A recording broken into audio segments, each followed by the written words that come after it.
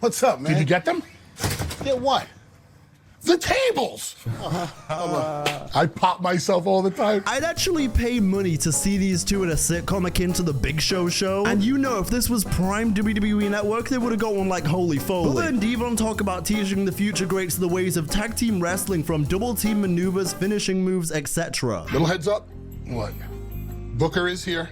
Oh. So, I take it that the Dudleys are not in Booker's favor. One thing you're gonna see in this episode is quite a few shoot beefs within this contest. Whether it be between BJ Ray and Cutler James, or Tyra May Steele and Tatiana Dumas, things get serious and heated. But anyway, the Dudleys arrive as it recaps just how many people got those tables over the years. Tatiana Dumas also talks about how excited she is to see the Dudleys in class today. This is something really special. Just watching them come out and seeing a smile on Bubba's face was everything. The most decorated tag team of all time, the Dudley Boys. All right.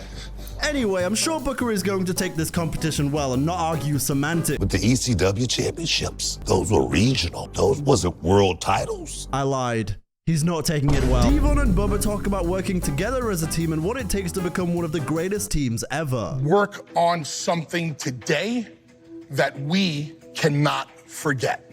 All right, so the table has been set. I also gotta go ahead and say, I love Bubba's face here. From Team Booker T, it'll be Leela Rell and Panina Tuolepa against Team Mickey, Serena Linton, and Danny Shakelski. And also, it'll be Bailey Humphrey and Tyra May Steele for Team Taker against Zena Sterling and Tatiana Dumas of Team Bubba. On the men's side, it would be Drake Moreau and Cutler James for Team Bubba against Troy Yearwood and Chris Island from Team Mickey. And finally, Team Taker's Shiloh Hill and Elijah Holyfield against Booker T's Jasper Troy and Anthony Luke. Oh, let's get this paper, baby. Let's get this paper. Genuinely, Booker T's throw is crazy. But Devon will be giving a point to the best men's and women's tag teams in this episode today. Booker T is momentarily stressed because he's like, oh no man, I'm gonna get screwed. But Shawn makes it clear that this is going to be completely unbiased. We'll see how that turns out at the end of the episode. What is going on? What's really going on around here where people are getting favors? You know, people are getting a little extra advantages. You know what? It's not gonna matter. Honestly, Booker, I know you still got at least one more scissor kick in you. I say you take business into your own hands. Maybe one of these days, Devon goes to get the tables and then he doesn't come Anyway, then Cutler and Drake are talking about doing this tag team maneuver which combines Cutler's uppercut with Drake's bullfrog splash. But not before they are interrupted by the return of... I'll hold it there. Okay, and then you're coming off for the splash, or? I'm back, coach. I got a lot of catch-up work to do. Got to get a lot of airtime and get out there and get us some points for the team. BJ, can you shut your mouth? No. A completely unnecessary challenge there from Cutler. It's reckless, it's ill-timed, I'm not having it. Cutler James loses his cool, man. For a guy who's so big and tough and prides himself on being this tough guy, it sure is easy to get in his head because he freaked out like a little baby back bitch. I got several things to say about this scene. First of all, BJ, love the fresh trim, big fan. Second of all, Cutler, he just called you a baby back, no aura, having ass, whiny bitch ass bitch. You gonna take that? But then things get even more heated because Cutler James is like, I am not working with him, and Bubba's like, when I talk, you listen. What would you do? What if I'm not working with him. When I talk, you listen. And then Bubba talks about how many people he's worked with in the ring that he didn't like, but you just gotta get over it. Know how many people I've been in a ring with that they're not on my Christmas card list? That I've never had a drink with, that I never care to see again for the rest of my life, nor do they care to see me, but I can do business with them? Bubba continues talking about how he knows that both these guys have personal animosity dating all the way back to good old Duke University. But then he drops the bombshell saying Drake is out, BJ is in. You're in the wrong place at the wrong time right now. You're not in this match. But I'm gonna make it up to you. But just because BJ is in the match, Bubba isn't exactly best friends with BJ now. And you're gonna work together, and I don't give a shit if you don't like him, and you... Wipe the smirk off your face. I also go ahead and recommend that you check out some of my Tough Enough content because if you like what you see here, this is even crazier. Bubba then makes them both shake each other's hands and be professional, but Cutler still isn't happy. Bubba's an Bubba just wants to see tension. Bubba likes the drama. He's laughing at it. It's just for his own entertainment. Shake his hand, and you shake his hand back. And I can't be the only one that feels this watching this show, but does anyone else feel like they're going in the direction of Bubba Ray versus BJ Ray? Is that not kind of the vibe? Everyone is questioning at this point whether Cutler and BJ can work together, while Troy Yearwood discusses showing off his tag team move to the Dudleys. Wow. You know, I feel like adding in the kip up is completely unnecessary. It kind of reminds me of Creative Finisher back in the day when people would add in an extra airplane spin for no reason, or they'd add like an extra punch just to like transition. Like, what is the point? But anyway, we then see Cutler and BJ, who are seemingly on the same page. BJ, Cutler, you guys sure you're on the same page? I think so. Straight. Got it. Yep. Let's go. Let's do this then. Wow, you guys are like high-fiving and smiling. This is a nice little... we're in a good place right now. Let's go. This is the definition of working with someone you hate. The first match of this episode features BJ and Cutler James, and to be honest, it's kind of a missed opportunity not to just call them BJ and CJ. Imagine that was how AJ Lee returned, introducing the faction of AJ, BJ, and CJ. Also, as they're making their entrance, we see the judges, who are apparently in a Fine Bros style react video today. Instead of being at the side of the ring like they normally are, today we're getting like a Maven style react video. You gotta watch this. All right, come on, let's go. Don't let him distract you. These are your guys. Take your eye off the These ball. are your guys. Your guys too. My guys too. I have faith. Hey guys, Mickey James here. Now, as you guys may know, I was an LFG judge between the years 2025 and 2025 before I was sent to hell by machine. What the He just tagged out? Why did he tag No, he didn't tag out. BJ just tagged himself in. Okay, BJ Ray now in the ring with Troy. Something's not right. And this is pretty much the story of this entire match. BJ is just being BJ. But we at least get to go ahead and see Troy and Chris's new tag team maneuver on show. It's about working together. It's about showcasing that dynamic and being in sync. Flat out. You see that? I mean, that looked really good. But continuously, BJ is just showing off his own moves and not tagging in Cutler until Cutler has just had enough and pushes BJ down. Okay, this is not right. This is not right. He just told his partner he's had it. From behind, looking for the roll-up, island shoulders down, and whoa! I'll be completely honest, I wasn't entirely sure what the hell was going on here. Anyway, it's time for you to all see Bubba Ray Demon Time. I want you to walk through the back door and go outside. Now. Which to me sounds like a terrible idea. You've got Booker Soprano out there ready to whack anybody that comes close to him, and you want to go outside? Crazy work. Was that the finish? I guess. As soon as we step through the curtains, I hear Bubba cussing. I hear Mickey yelling. Guys, are you okay? I don't know. The drama continues because seemingly everyone is pissed and confused. You heard him rushing my name. BJ. I know it'd be fun if I mix it up a little bit. Tagged in. So you kind of went in business for yourself. I'm legitimately so surprised that Bubba hasn't just stiffed BJ with a right hand in the face by now. I feel like if this was 2004, things would be different. But Bubba talks about what going into business for yourself means and then snaps on BJ. You put every single person in the ring in jeopardy. Why would you do that? So I wasn't thinking about it. What the were you thinking about? This dude really said, I guess I wasn't thinking about it. That might be top 5 worst responses you could say here. Hey man, what the fuck was that? What you just go and fuck on me out there? What? I don't know, man. I was just kind of vibing. 30 years it took a young boy for me to see the most unprofessional stuff I've ever seen in my life. I could give a what happens to you from here on out. You're beyond the worst thing I've ever seen. No words, no explanation, no way to backpedal out of it. Bubba, what you just did right there, that is great reaction meme potential, and I will be stealing it. And you don't seem to care because the smirk is still there. You can't help yourself. You're your own worst enemy. And guess what? The drama doesn't slow down there. I think you're a manipulator. I think you're a liar. Calling him a manipulator is crazy. Cause and effect. But 2 wrongs don't make a right. I mean, okay, sure, 2 wrongs don't make a right, but in mathematics, you multiply 2 negatives and you get a positive. So the way I see it, BJ, the only way to make this up to them is to do something else unhinged. May I suggest joining Booker T's main event Mafia? Bubba then apologizes to Troy and Chris. But I am very sorry. I'm sorry. Because at the end of the day, I'm the one who let him back in here. And how mentally weak Cutler James is. And I made that man Rage quit mid-match, bro. Gotcha, Cutler. Yo, I just know you, BJ. You were a wicked troll in Prime Call of Duty. This guy is talking about rage quitting a real-life match, bro. I just know that ground war lobbies in 2012 hated to see this man coming. Next up, we hear from Danny Shakelski regarding her injury status and how she was cleared to compete. I've been dealing with a hip injury, and the pain has been translating to my back, but I am cleared by medical. Obviously, there's nerves every time I step in the ring, but right now I'm just ready to put my foot on the gas. But we also hear from Penina to Aleppo, who is one of my favorite sleeper picks to be a star in this competition. There's just something about her, man. Like, you can tell she's got that dog in her, you know? And plus, I love the NWO shirt, by the way. Putting the match together, I just wanted to make sure everybody just had like a little glimpse of themselves and their personality within the match. What y'all got cooking? I heard y'all got something cooking for me. And Booker T, thank you very much for the newest soundboard sound effect. What y'all got cooking? Then Booker says, take your time and do it right. Lay your stuff in and get the job done out there. Oh yeah, man.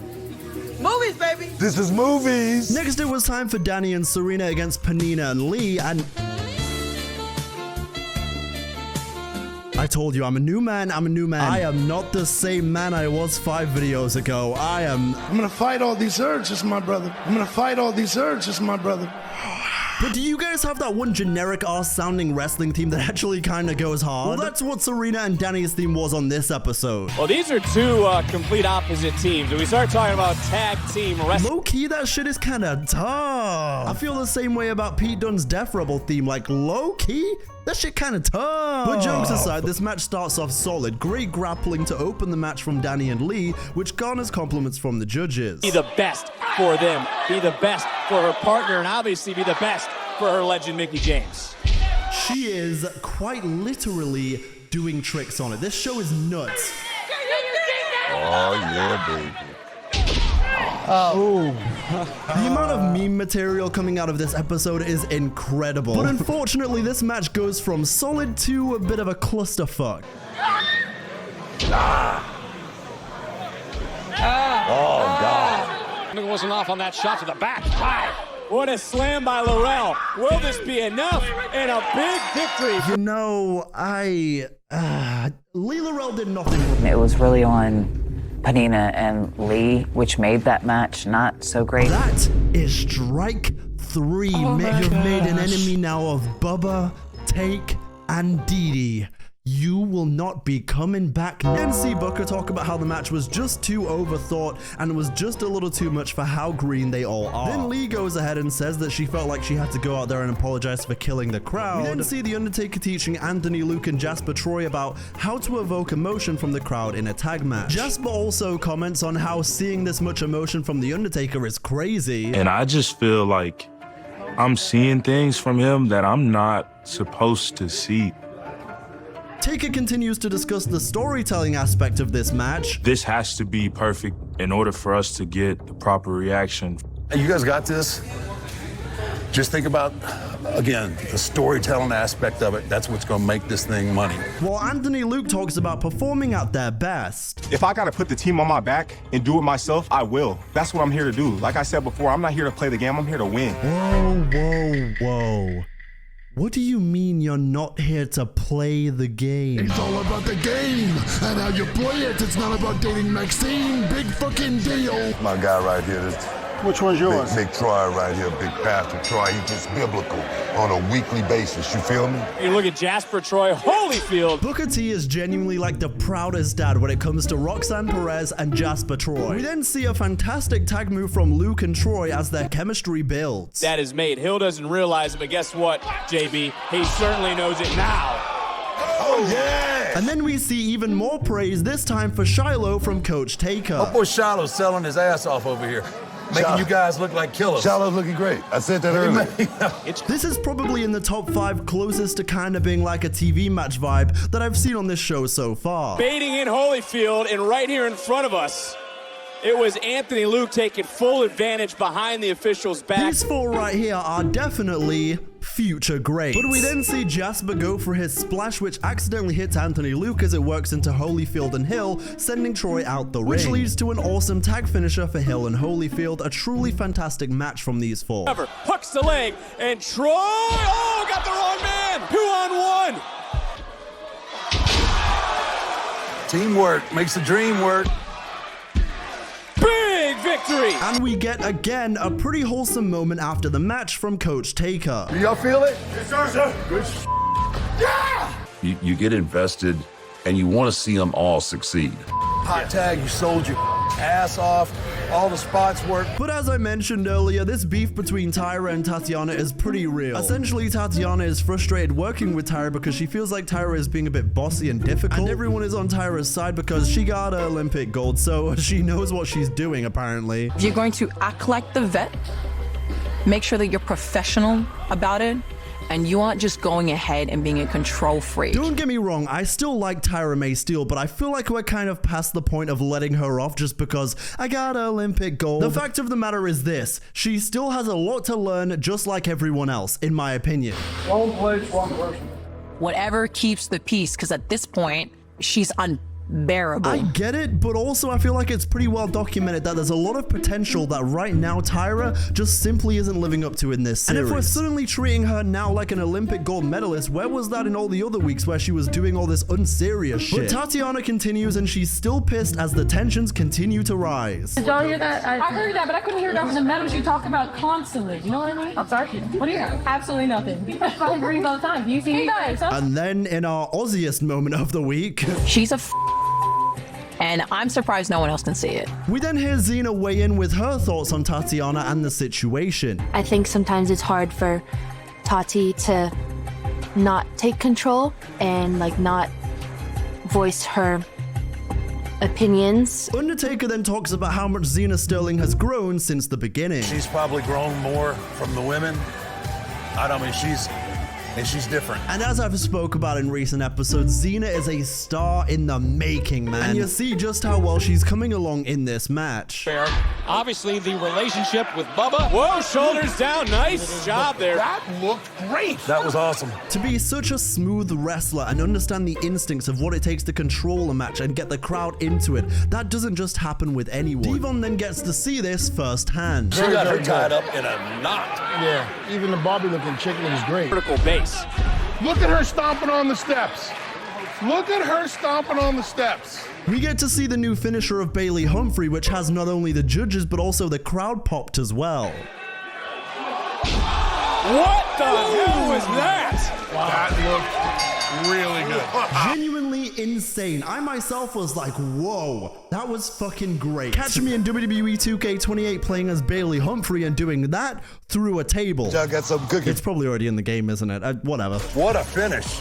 That ladies tag better than the other ladies tag?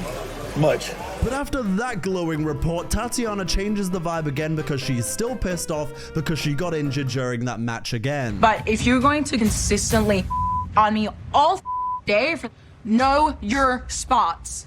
You end up injuring me because you couldn't do your job right safely. I think I'm going to start introducing a rule where every time Tatiana loses it or swears, I take a shot of whiskey. But then to go ahead and be unsafe and unprofessional like that, to me, is absolute bullshit. It's bullshit to me.